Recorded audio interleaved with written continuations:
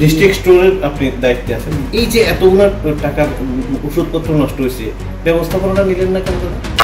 তাহলে এতটি ওষুধ নষ্ট হইব কেন দাদা? এটার জন্য আপনারা কোনো চিন্তা করছেন না?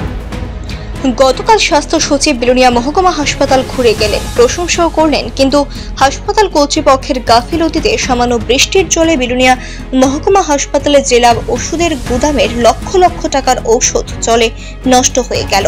এর দায়ভার এখন কে নেবেন? দপ্তরের কর্মীদের গাফিলতির কারণে লক্ষ টাকার ওষুধ নষ্ট হয়ে গেল।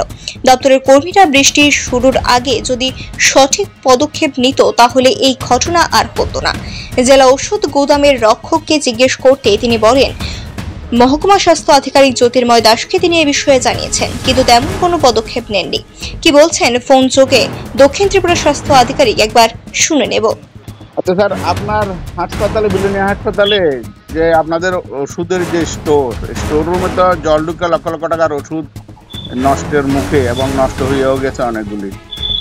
এই বিষয়ে আপনার কাছে নাকি আপনার স্টোরের যিনি ইনচার্জ আছে উনি জানাইছেন, আপনারা কোনো পদক্ষেপ নিচ্ছেন না? এসডিএম সাহেবকেও জানাইছেন?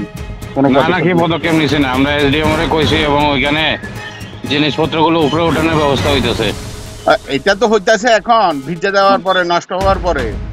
এখন আগে তো এই রুমগুলা, উপরের রুমগুলো স্যার আগেই খালি ছিল, তখনও তো দরকার ছিল যে এইভাবে বৃষ্টিটার নিচে একটা ঘর, নিচের ঘরের মধ্যে এইভাবে স্টোর করে বৃষ্টিকালের দিনে। এর আগের বর্ষা তো এইভাবে নষ্ট হয়েছে, তখন থেকে আপনার পদক্ষেপ না নিয়ে এখন এই যে বৃষ্টির মধ্যে ভিজতে আছে, জলের মধ্যে জলের তলে ভিজতে আছে আপনার অফিস সহ এবং ওষুধ। তো এখন যদি এই একটা অবস্থা হয়, লক্ষ লক্ষ টাকার ওষুধ এইভাবে যদি নষ্ট হয়ে জায়গা, আপনার একজনের কথা যদি আরেকজনের কাছে আপনি করবেন, একজনের কথা একজন, আপনার কথা আপনার স্টোর কিপার করবো, আপনার কথা কেমনে করবেন স্যার? ঠিক আছে, আপনাদের সাথে কথা কম, আমি একটু বাইরে আছি। এখন প্রশ্ন হলো, বৃষ্টির কারণে রাজ্যের স্বাস্থ্য দপ্তরের লক্ষ লক্ষ টাকার এই ক্ষতির দায়ভার কে নেবেন? কি দায়িত্বে আছেন? আমি ডিস্ট্রিক্ট স্টোরের ফার্মাসিস্ট এখানে বিলোনিয়া হসপিটালে ডিস্ট্রিক্ট স্টোরের আপনি দায়িত্বে আছেন, এই যে এতগুলো টাকার ওষুধপত্র নষ্ট হয়েছে, ব্যবস্থাপনাটা নিলেন না কেন দাদা?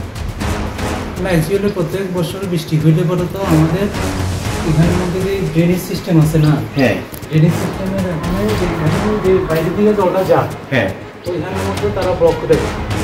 কারা? বাইরের কেউ কোনো লোকে জানি, এখানে যে আউটলেটটা আছে না, হ্যাঁ, আউটলেটটা ব্লক করে দিচ্ছে। এটা নিয়ে অভিযোগ কারে করছিল? আমি তো স্যার সিএমও স্যারের জানাইছি।